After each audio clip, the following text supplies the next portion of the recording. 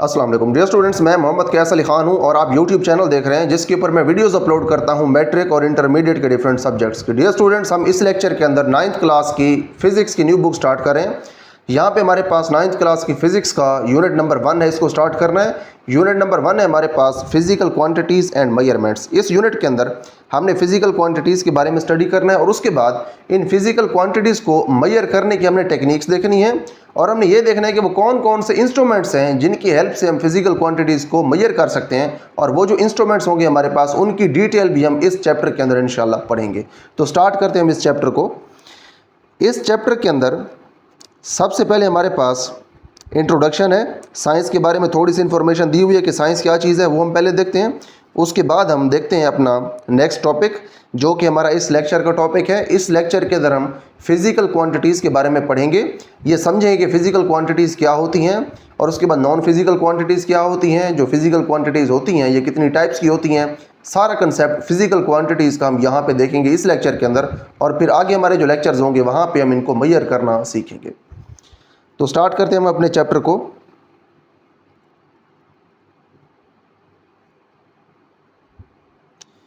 यहाँ से स्टार्ट हो रहा है, we are living in a physical world. हम एक ऐसी फिज़िकल दुनिया के अंदर रहते हैं where we observe many natural phenomena, जहाँ पे हमें बहुत सारे कुदरत के मज़हर नज़र आते हैं, ठीक है, एंड ऑब्जेक्ट्स, और बहुत सारी चीज़ें नज़र आती हैं अराउंड अस, हमारे इर्द गिर्द, सच एज जैसे कि सूरज है, सितारे हैं, चाँद है, ओशंस हैं यानी कि समंदर हैं, प्लांट्स हैं, विंड्स, रेन्स एट्सेट्रा। बहुत सारी चीज़ें हमें हमारे इर्द गिर्द नज़र आती हैं, हम ऐसी दुनिया के अंदर रहते हैं। People have always been curious to know the reality of such happenings. अब देखें, जो लोग हैं उन्हें हमेशा से ये तजस्सुस रहा है। क्यूरियोसिटी का मतलब होता है तजस्सुस। क्यूरियस थे लोग, मुतजस्सिस थे कि वो इन चीज़ों के बारे में जानें, इन हैपनिंग्स के बारे में, इन वाक़यात के बारे में लोग जानें। This has led certain people to investigate the facts and laws working in this world. अब इस चीज़ ने लेड किया है, रहनुमाई किया कुछ लोगों की, या कुछ लोगों को इस काबिल बनाया है कि वो इन्वेस्टिगेट करें उन हक़ाइक़ को और उन कवानीन को जो कि इस दुनिया के अंदर काम कर रहे हैं, ठीक है। तो ये जो क्यूरियोसिटी है इंसानों की, वो चाहते हैं कि इन चीज़ों के बारे में समझें, वो कायनात के बारे में समझें। तो इस क्यूरियोसिटी ने, या ये जो तजस्सुस है इंसानों का, इस चीज़ ने कुछ लोगों को इस काबिल बनाई, उनकी रहनुमाई की है कि वो इन चीज़ों के बारे में या उन हक़ाइक़ के बारे में और उन कवानीन के बारे में तहकीक करें, इन्वेस्टिगेट करें जिनके ऊपर दुनिया चलती है। This field of observation and experimentation to understand about the world around us is known as science. तो ये जो फील्ड है जो कि ऑब्जर्वेशंस की फील्ड है। अब यहाँ पे देखें, साइंस की डेफिनेशन हमारे पास आ गई, इसको आप देख सकते हैं।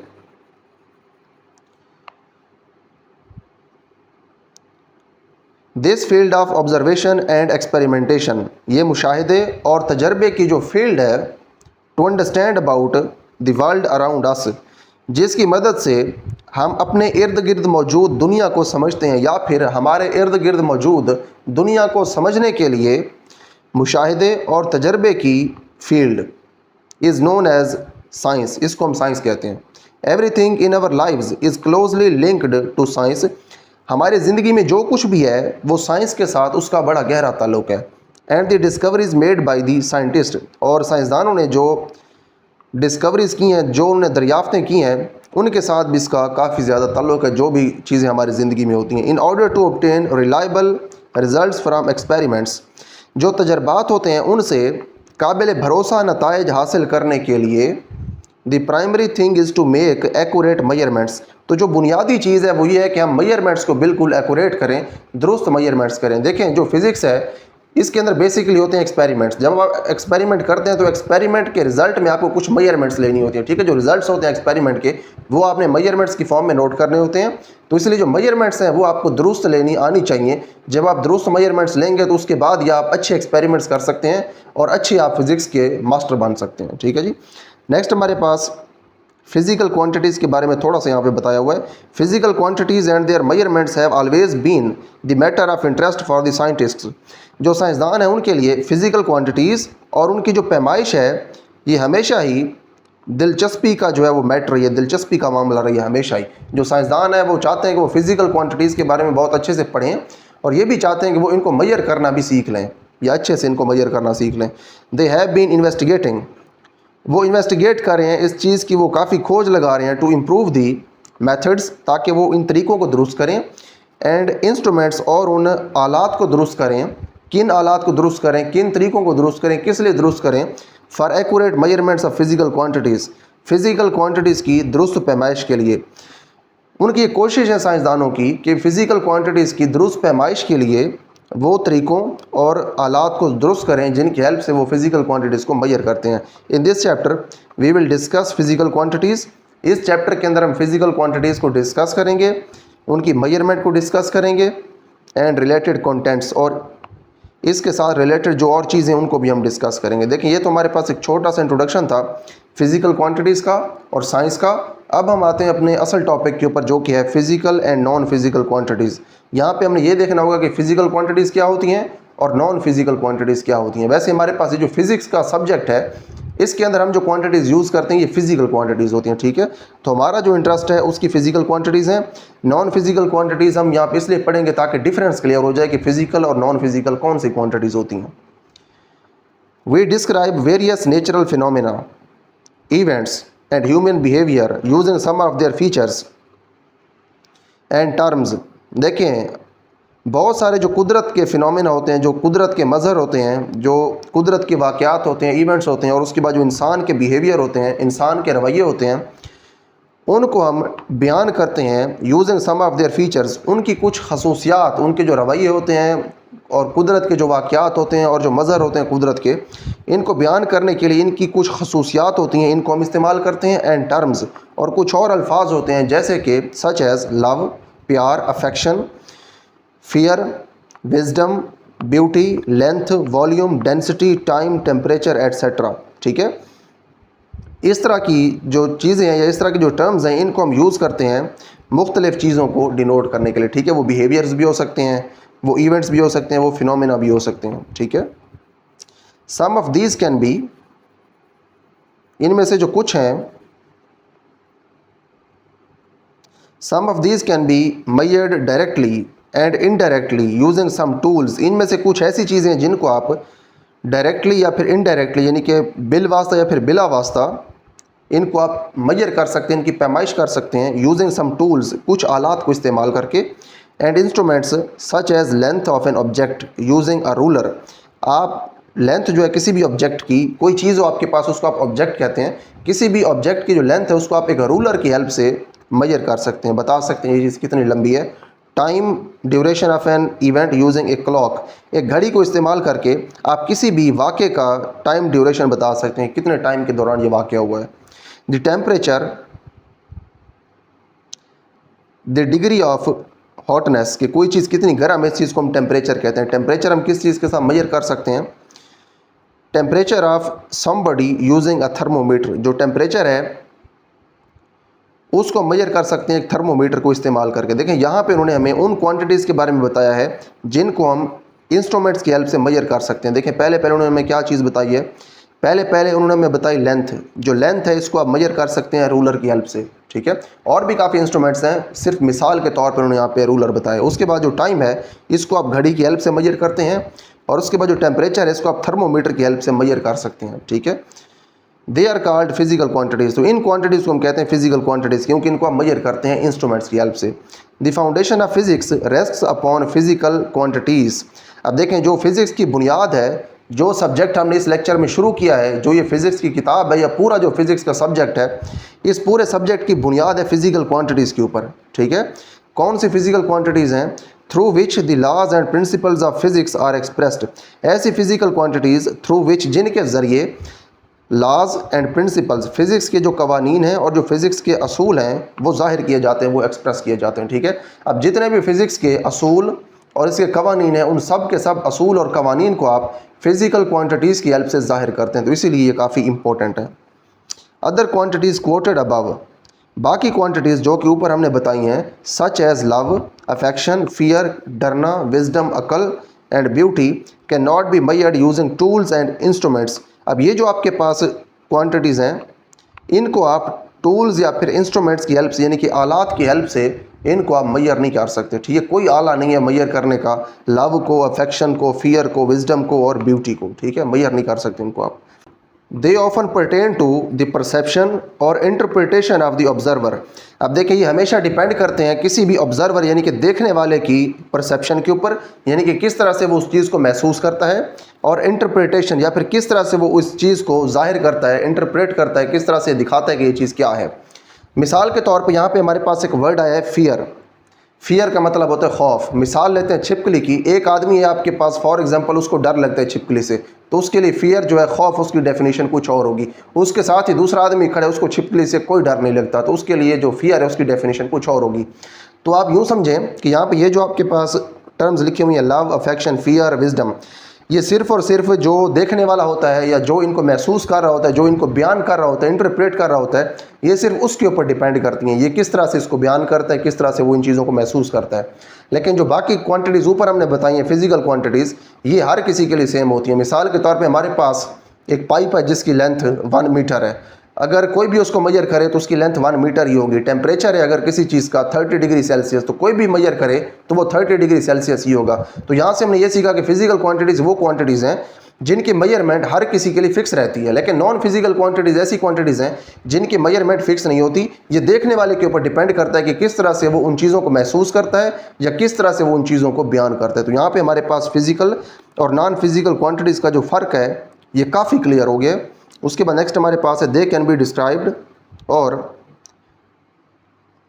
क्वालिटेटिवली और कंपेयर्ड। देखें, इनको आप डिस्क्राइब कर सकते हैं क्वालिटेटिवली, ये और यहाँ पे नहीं आएगा। ठीक है, ये मिस्टेक है। They can be described qualitatively, आप उनको क्वालिटेटिवली डिस्क्राइब कर सकते हैं। क्वालिटेटिवली का क्या मतलब है, इनकी खूबी या खामी जो है उसकी बेस के ऊपर आप बता सकते हैं। और compared using some predetermined criteria, या फिर आप किसी पहले से तय किए हुए क्राइटेरिया, इंडाइसेस और थ्रू सर्वे टेक्निक्स आप इनको कंपेयर कर सकते हैं। कंपेयर करने का क्या मतलब है, आप स्टार्ट में एक स्केल रख लेंगे, उसके साथ आप इनको कंपेयर कर सकते हैं, या फिर आप सर्वे टेक्निक्स की हेल्प से इनको फाइंड कर सकते हैं कि किसी चीज़ को किस चीज़ से क्या डर लगता है, किसी को क्या चीज़ पसंद है, किसी के अंदर कितनी अकल है, कितना वो सोचता है, कितनी उसके अंदर सोचने की सलाहियत है। ठीक है, जो विजडम के पीछे बात हुई है। इस तरह के जो वर्ड्स हैं जैसे कि विजडम हो गया, फियर हो गया, अफेक्शन हो गई और उसके बाद ब्यूटी हो गई, ये चीज़ें आप सर्वे करवा के तो इनके बारे में पता कर सकते हैं, लेकिन मेजरमेंट करके आप इनकी एग्जैक्ट वैल्यू नहीं बता सकते। ठीक है, non physical quantities mostly help to understand and to analyse human behaviour. अब जो नॉन फिजिकल क्वांटिटीज़ हैं इनका यहाँ पे यूज़ आ गया। देखें, फजूल नहीं है, फिजिक्स के अंदर इनका काम नहीं है, लेकिन बाकी जो फील्ड्स हैं वहाँ पे नॉन फिजिकल क्वांटिटीज़ का बड़ा काम है, इसलिए यहाँ पे बताया हुआ है non physical quantities mostly help. काम भी इनका कोई है, काम ये है, they mostly help to understand and to analyse human behaviour, जो इंसान का रवैया है उसको समझने और उसका तजिया करने के लिए जो है इनको इस्तेमाल किया जाता है, यही मदद करती हैं नॉन फिजिकल क्वांटिटीज़। इमोशंस और जो इंसान के जज्बात होते हैं, एंड सोशल इंटरेक्शंस और सोसाइटी के अंदर इंसान किस तरह से रहते हैं, इस चीज़ को भी ये देखती हैं नॉन फिजिकल क्वांटिटीज़। देखिए, उसके बाद हमारे पास टेबल 1.1 इसको देखते हैं, काफ़ी इंपॉर्टेंट है। पीछे हमने जो चीज़ें पढ़ी हैं फिजिकल नॉन फिजिकल का जो हमने डिफरेंस देखा है उसको हमने अब यहाँ पे अप्लाई करना है। Quick quiz, complete the following, इसको हमने अब कंप्लीट करना है। देखें, यहाँ पे हमारे पास है एक फीचर, उसके बाद नेक्स्ट हमारे पास है फिजिकल क्वांटिटी और नेक्स्ट हमारे पास है नॉन फिजिकल क्वांटिटी। हमने अब ये बताना है कि यहाँ पे जो ये फीचर्स लिखे हुए हैं ये फिजिकल क्वांटिटी के अंदर होते हैं या नहीं होते, और नॉन फिजिकल क्वांटिटी के अंदर होते हैं या नहीं होते। अब ये जो फीचर अगर फिजिकल क्वांटिटी में है तो हम इसके नीचे यस लिख देंगे, अगर फिजिकल क्वांटिटी में फीचर नहीं है तो नीचे लिखेंगे नो। यही काम हमने करना है नॉन फिजिकल के साथ। देखिए, मेजरमेंट जो है फिजिकल क्वांटिटी की होती है यस, लेकिन जो नॉन फिजिकल क्वांटिटी है इसकी मेजरमेंट आप नहीं कर सकते। हमने पहले ये देखा कि जो नॉन फिजिकल क्वांटिटीज़ हैं ये देखने वाले के ऊपर डिपेंड करती हैं। उसके बाद नेक्स्ट हमारे पास है इंस्ट्रूमेंट यूज्ड, क्या आप इंस्ट्रूमेंट को इस्तेमाल करते हैं। फिजिकल क्वांटिटी के अंदर हम इंस्ट्रूमेंट को इस्तेमाल करते हैं तो यहाँ पे आएगा यस, लेकिन जो नॉन फिजिकल क्वांटिटीज़ हैं इनके अंदर आप कोई इंस्ट्रूमेंट यूज़ नहीं करते। ठीक है, देखने वाले के ऊपर डिपेंड करता है। उसके बाद नेक्स्ट हमारे पास है numerical value and unit. Numerical value भी होती है और यूनिट भी होता है फिजिकल क्वांटिटी का। ठीक है, तो यहाँ पे अब लिखेंगे यस। मिसाल के तौर पे आप जाते हैं दुकान के ऊपर, आप वहाँ पे कोई चीज़ लेते हैं, फॉर एग्जांपल आपने शुगर लेनी है, आप कहते हैं मुझे 5 kg शुगर दें। ये जो 5 है ये उसकी न्यूमेरिकल वैल्यू है, और जो kg है किलोग्राम, ये उसका यूनिट है। लेकिन अगर डर किसी को लगे तो वो ये तो नहीं कहता कि मुझे इतने किलोग्राम डर लगते हैं, मुझे इतने किलोमीटर डर लगते हैं, वो कहते हैं बस डर लगता है, ज़्यादा या कम लगता है। तो इसीलिए ये साहब ने लिखना है फिजिकल क्वांटिटी के नीचे। फिजिकल क्वांटिटीज़ के लिए यूनिट होगा, इनकी न्यूमेरिकल वैल्यू भी होगी, लेकिन जो नॉन फिजिकल क्वांटिटीज़ हैं इनके लिए कोई यूनिट नहीं होगा और कोई भी इनकी न्यूमेरिकल वैल्यू नहीं होगी। तो यहाँ पे आपने लिखना है नो, ठीक है। उसके बाद एग्जांपल्स हमने देनी है, पीछे हमने एग्जांपल्स काफ़ी देख लिए हैं तो हम यहाँ पे लिख सकते हैं। जो लेंथ है वो आप लिख सकते हैं यहाँ पे, ठीक है। जो लेंथ हमारे पास एक फिजिकल क्वांटिटी है, इसकी एग्जांपल में आ जाएगी। और उसके बाद जो मैस है वो भी फिजिकल क्वांटिटी है, ठीक है। फिर टेम्परेचर कर लें, ठीक है। टेम्परेचर ये भी एक फिजिकल क्वांटिटी है क्योंकि इनको आप मेजर कर सकते हैं। और उसके बाद आगे हमने एग्जांपल्स अब लिखनी है नॉन फिजिकल क्वांटिटीज़ की। फियर लिख लें, डर, ठीक है, ये एक नॉन फिजिकल क्वांटिटी है। और उसके बाद ब्यूटी, खूबसूरती, ये भी एक नॉन फिजिकल क्वांटिटी है, ठीक है जी। तो यहाँ पे देखिए हमारे पास फिजिकल और नॉन फिजिकल क्वांटिटीज़ का जो कंसेप्ट है वो क्लियर हो गया है। इसके बाद हमने देखना है base and derived physical quantities. यहाँ पे देखिए हमारे पास फिजिकल क्वांटिटीज़ की 2 टाइप्स आ रही हैं, इनको हमने अब यहाँ पे पढ़ना है। पहले आपको मैं ये बता देता हूँ कि बेस और डिराइव्ड फिजिकल क्वांटिटीज़ क्या होती हैं, फिर इनकी हम थ्योरी भी यहाँ से पढ़ लेते हैं। देखिए हमारे पास फिजिकल क्वांटिटीज़ होती हैं इस तरह की क्वांटिटीज़ जिनको आप मेजर करते हैं, उनकी न्यूमेरिकल वैल्यू भी होती है, उनका यूनिट भी होता है, उनको आप इंस्ट्रूमेंट्स की हेल्प से करते हैं मेजर। 2 टाइप्स की होती हैं फिजिकल क्वांटिटीज़। एक फिजिकल क्वांटिटीज़ वो होती हैं जो किसी दूसरी फिजिकल क्वांटिटी के ऊपर डिपेंड नहीं करती, वो होती हैं बेस फिजिकल क्वांटिटीज़, वो बुनियादी होती हैं। और ऐसी क्वांटिटीज़ जो बाकियों के ऊपर डिपेंड करती हैं, जो बेस क्वांटिटीज़ के ऊपर डिपेंड कर रही होती हैं, इनको आप कहते हैं डिराइव्ड क्वांटिटीज़, ठीक है। बेस क्वांटिटीज़ होती हैं बुनियादी क्वांटिटीज़ जो बाकी क्वांटिटीज़ के ऊपर डिपेंड नहीं करती, ये अकेली रहती हैं। लेकिन जो डिराइव्ड क्वांटिटीज़ हैं ये असल में इन बेस क्वांटिटीज़ से निकलती हैं, ठीक है। बेस क्वांटिटीज़ मिलके डिराइव क्वांटिटीज़ हमें देती हैं। डिराइव क्वांटिटीज़ का मतलब यही है कि ये बेस क्वांटिटीज़ जो है उनसे ये डिराइव की जाती हैं या उनसे अखज़ की जाती हैं, ठीक है। Physics is a science of physical world where we interact with many different types of material objects. देखें जो फिज़िक्स है ये एक साइंस है फिज़िकल वर्ल्ड की, जहाँ पे हम क्या करते हैं, हम इंटरेक्ट करते हैं, मिलजुल के रहते हैं with many different types of material objects, जहाँ पे बहुत सारे मादी ऑब्जेक्ट्स हैं या मादी अजसाम में ऐसी चीज़ें हैं जो कि जगह घेरती हैं और उनका कोई ना कोई मैस होता है। These objects are exposed in terms of their measurable features known as physical quantities. अब ये जो ऑब्जेक्ट्स होते हैं ये एक्सपोज हुए पड़े होते हैं उनके मेजरेबल फीचर्स की वजह से, जिनको हम फिजिकल क्वांटिटीज़ कहते हैं, ठीक है। हमारे पास इस दुनिया के अंदर हमें जो चीज़ें नज़र आती हैं उनकी होती हैं मेजरेबल फीचर्स, उनकी ऐसी खसूसियात होती हैं जिनको हम मेजर कर सकते हैं, उनकी इन खसूसियात को हम फिजिकल क्वांटिटीज़ कहते हैं। कौन सी खसूसियात हो सकती हैं जिनको मेजर करते हैं और फिजिकल क्वांटिटीज़ होती हैं, आगे मिसाल दी हुई है। सच है जैसे कि लेंथ, जो ऑब्जेक्ट पड़ा हुआ है उसकी कोई ना कोई लेंथ होगी, उसकी ब्रेड्थ होगी, उसकी चौड़ाई होगी, थिकनेस होगी, उसकी कोई मोटाई होगी, उसका मैस भी होगा, उसका वॉल्यूम भी होगा, उसकी डेंसिटी भी होगी। ये वॉल्यूम डेंसिटी जो है इनके बारे में हम आगे पढ़ेंगे इंशाल्लाह। टाइम, टेम्परेचर एट्सेट्रा, ठीक है। ये जो सारी चीज़ें हैं ये चीज़ें फिजिकल क्वांटिटीज़ हैं और ये मेजरेबल फीचर्स हैं किसी भी ऑब्जेक्ट के, इनको हम मेजर कर सकते हैं, ठीक है जी। तो out of these the scientist have selected arbitrarily some quantities to play a key role. अब देखिए इनमें से कुछ ऐसी क्वांटिटीज़ हैं जिनको साइंसदानों ने सिलेक्ट कर लिया है कि वो की रोल प्ले करें, मरकज़ी किरदार अदा करें फिज़िक्स के अंदर।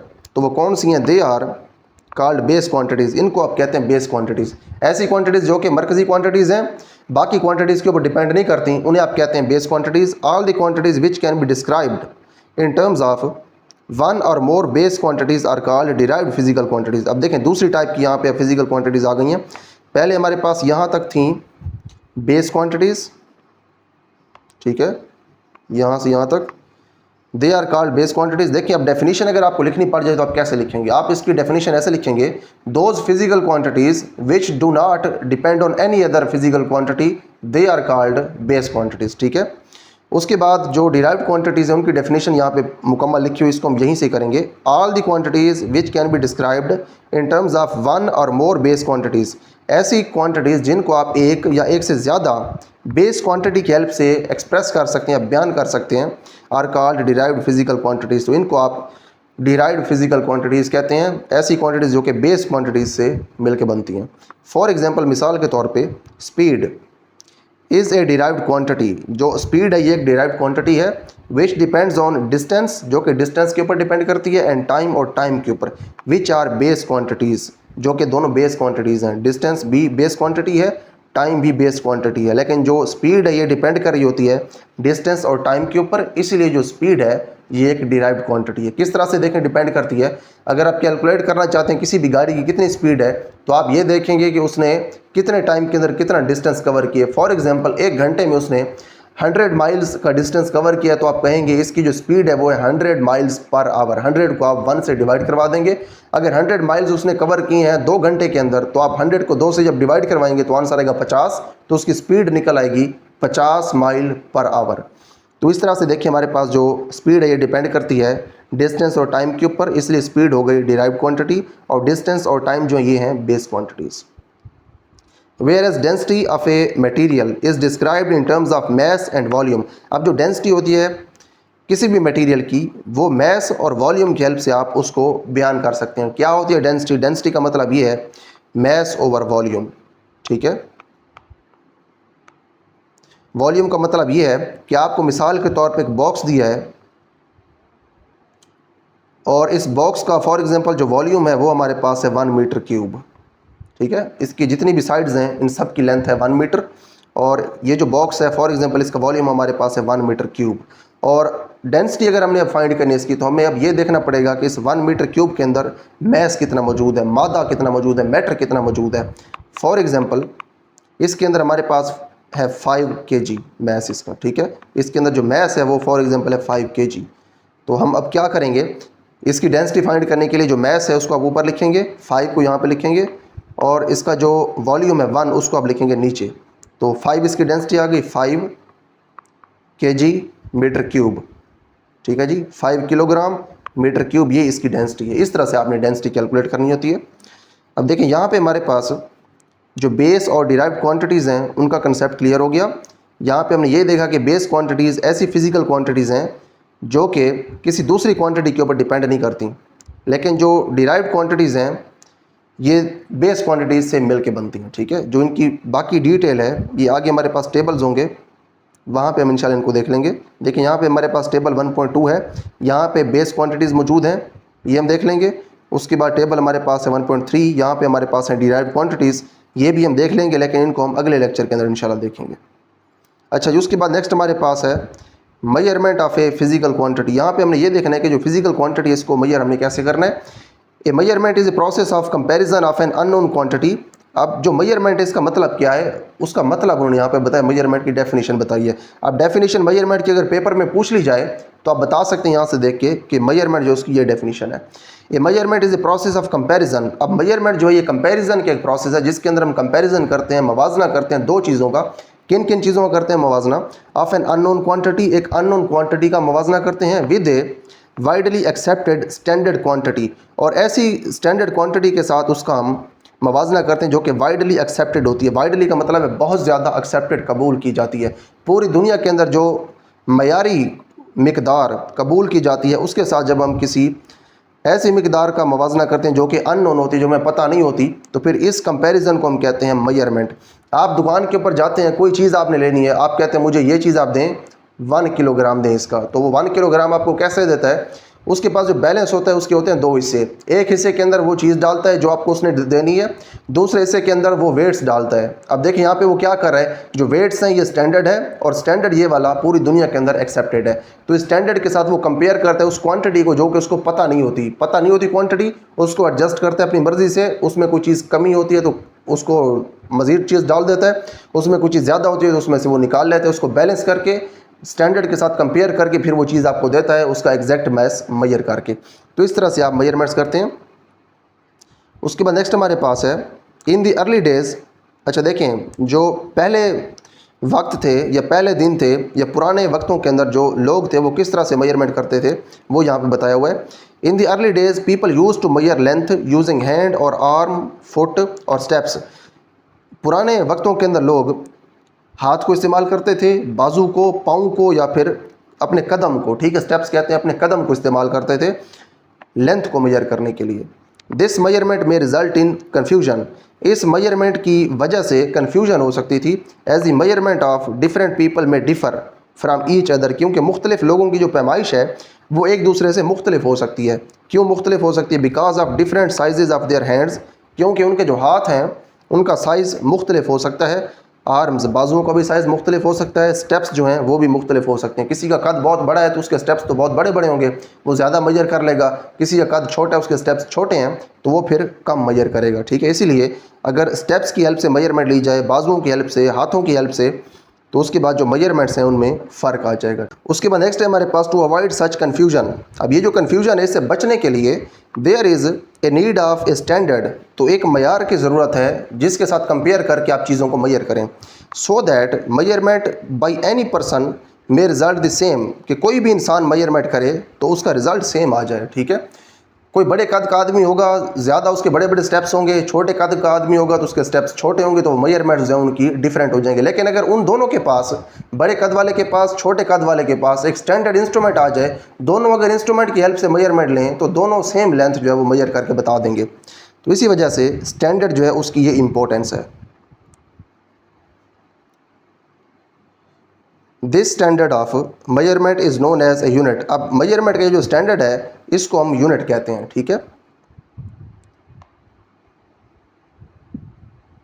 उसके बाद नेक्स्ट हमारे पास बॉक्स के अंदर कुछ लिखा हुआ है, इसको हम देखते हैं। अब ये जो ऊपर स्टैंडर्ड लिखा हुआ है इसको थोड़ा सा मैं एक्सप्लेन कर दूं। This standard of measurement is known as a unit. अब जो भी आपके पास मेजरमेंट होती है, पैमाइश होती है, उसका जो मेयार मुकर्रर किया जाता है उसको हम यूनिट कहते हैं। मिसाल के तौर पे आप कहते हैं टेम्परेचर। टेम्परेचर अगर आप कहते हैं 30 डिग्री सेल्सियस, तो एक जो डिग्री सेल्सियस है उसको फिक्स किया हुआ है कि ये आपके पास एक स्टैंडर्ड है। उसके बाद केल्विन, ये भी यूनिट है टेम्परेचर का, ये ऐसा यूनिट है सिस्टम इंटरनेशनल के अंदर। जो इंटरनेशनली एक्सेप्टेड यूनिट है वो केल्विन है टेम्परेचर का, तो एक केल्विन को भी फिक्स किया हुआ है कि इतना टेम्परेचर जो है वो एक केल्विन होता है। उसी तरह से जो मैस है उसको भी फिक्स किया हुआ है कि जो 1 किलोग्राम मैस है वो इतना मैस होता है। ठीक है, यहाँ पे देखिए लिखा हुआ भी है द इंटरनेशनल प्रोटोटाइप किलोग्राम। अब जो इंटरनेशनल प्रोटोटाइप है, अब जो कि इंटरनेशनल नमूना है किलोग्राम का, वो अब यहाँ पे इस डायग्राम के अंदर दिखाया हुआ है। ठीक है, इसको आप देख सकते हैं। उसके बाद ये तो हमारे पास हो गया यूनिट, कि this standard of measurement is known as unit. उसके बाद हम देखते हैं अपने इस बॉक्स के अंदर, ए मेजरमेंट कंसिस्ट ऑफ 2 पार्ट्स। अब जो मेजरमेंट होती है, किसी भी चीज़ को जब आप मेजर करते हैं तो उसके अंदर 2 चीज़ें होती हैं, ए नंबर एंड ए यूनिट। उसके अंदर एक नंबर होता है और एक यूनिट होता है। A measurement without unit is meaningless. एक जो मेजरमेंट है यूनिट के बगैर वो मीनिंगलेस होती है। ठीक है, अगर मैं कहता हूँ कि मेरे पास जो पेन है ये 5 सेंटीमीटर लॉन्ग है, तो इसका कोई मतलब बनता है कि कितना लॉन्ग है उसका पता चलता है। लेकिन अगर सिर्फ मैं ये कहता हूँ कि ये पेन 5 लॉन्ग है, इसके बारे में पता नहीं है कि ये पेन 5 सेंटीमीटर लॉन्ग है, 5 इंचज़ लॉन्ग है या 5 किलोमीटर लॉन्ग है, तो उसके लिए जो यूनिट है ये बताना बहुत ज़रूरी है। जब आप यूनिट बताते हैं तभी मेजरमेंट क्लियर होती है कि कितनी मेजरमेंट की आप बात कर रहे हैं। तो मेजरमेंट बताने के लिए न्यूमेरिकल वैल्यू भी ज़रूरी है और उसका जो यूनिट है वो भी बताना ज़रूरी है। जैसे कि मैंने कहा ना कि ये पेन जो है ये 5 सेंटीमीटर लॉन्ग है, तो 5 इसकी न्यूमेरिकल वैल्यू है और सेंटीमीटर इसका एक यूनिट है। हमने न्यूमेरिकल वैल्यू और यूनिट दोनों इस्तेमाल किए ताकि पता चले कि हम कितनी मेजरमेंट की बात कर रहे हैं। सिर्फ अगर हम सेंटीमीटर भी कहते तो फिर भी पता ना होता, हमें क्या पता 1 सेंटीमीटर इसकी लेंथ है, 2 सेंटीमीटर है, 5 है, 10 है, कितनी है। तो न्यूमेरिकल वैल्यू और यूनिट ये दोनों चीज़ें मेजरमेंट के लिए ज़रूरी हैं। Not very far in the past, माजी के अंदर बहुत दूर आप ना जाएं। Every country in the world had its own units of measurements. दुनिया के अंदर हर मुल्क का अपना निज़ाम था मेजरमेंट्स का, या फिर पैमाइश के अपने यूनिट्स थे हर मुल्क के। हाउएवर, ताहम problems were faced when people of different countries exchanged scientific information. लेकिन मुश्किलात जो हैं उस वक्त मुश्किलात का सामना करना पड़ता था जब लोग मुख्तलिफ़ ममालिक के अंदर क्या करते थे, या मुख्तलिफ़ ममालिक के लोग साइंटिफिक इंफॉर्मेशन जो साइंसी मालूमात है उसका तबादला करते थे, उसको एक्सचेंज करते थे, और ट्रेडेड विद अदर कंट्रीज़, या फिर दूसरे ममालिक के साथ वो तिजारत जब करते थे यूजिंग डिफरेंट यूनिट्स, और वो यूनिट्स जो हैं वो डिफरेंट इस्तेमाल करते थे। अगर कोई चीज़ सेल करनी है किसी मुल्क ने, वो डिफरेंट यूनिट इस्तेमाल करता है, अगला मुल्क जो है वो डिफरेंट यूनिट इस्तेमाल करता है। ये अपने हिसाब से मेजर करेंगे, वो अपने हिसाब से मेजर करेंगे, तो इस चीज़ में मुश्किलात होती हैं। इवेंचुअली आखिरकार people got the idea of standardising the units of measurements, आखिरकार लोगों को ये ख्याल आया कि जो मेजरमेंट्स के यूनिट्स हैं इनको स्टैंडर्डाइज़ किया जाए, इनका एक स्टैंडर्ड फिक्स किया जाए, वो मेयार फिक्स किया जाए जो कि पूरी दुनिया में एक ही हो, which could be used by all countries for efficient working, जो कि हर मुल्क इस्तेमाल कर सके फॉर एफिशिएंट वर्किंग, कि इससे काम की एफिशिएंसी बढ़ाई जाए, and growth of mutual trade, और उसके बाद जो बाहमी तिजारत है इसको भी फ़रोग़ दिया जाए, business and share scientific information, और साइंटिफिक इंफॉर्मेशन जो है ताकि वो शेयर की जाए। इसलिए जो लोग हैं उनको ख्याल आया आखिरकार कि जो मेजरमेंट्स हैं इनके यूनिट्स को स्टैंडर्डाइज़ किया जाए, इनका जो मेयार है वो पूरी दुनिया के लिए फ़िक्स किया जाए। तो यहाँ पे हमारे पास ये लेक्चर कंप्लीट हो गया। यहाँ पे इस लेक्चर के अंदर हमने सबसे पहले साइंस का इंट्रोडक्शन देखा, उसके बाद हमने ये देखा कि जो फिज़िकल क्वांटिटीज़ हैं ये क्या होती हैं, नॉन फिज़िकल क्वांटिटीज़ क्या होती हैं, इन दोनों के दरमियान हमने डिफरेंस को काफ़ी अच्छे से क्लियर किया। उसके बाद हमने ये देखा कि जो बेस क्वांटिटीज़ हैं ये क्या हैं, डिराइव्ड क्वांटिटीज़ क्या हैं। उसके बाद हमने फिज़िकल क्वांटिटीज़ की जो मेजरमेंट्स हैं इनके बारे में भी पढ़ लिया। तो ये लेक्चर हमारे पास कंप्लीट हो गया। इसके बाद अगले लेक्चर के अंदर हम इंशाल्लाह इंटरनेशनल सिस्टम ऑफ यूनिट्स को डिस्कस करेंगे।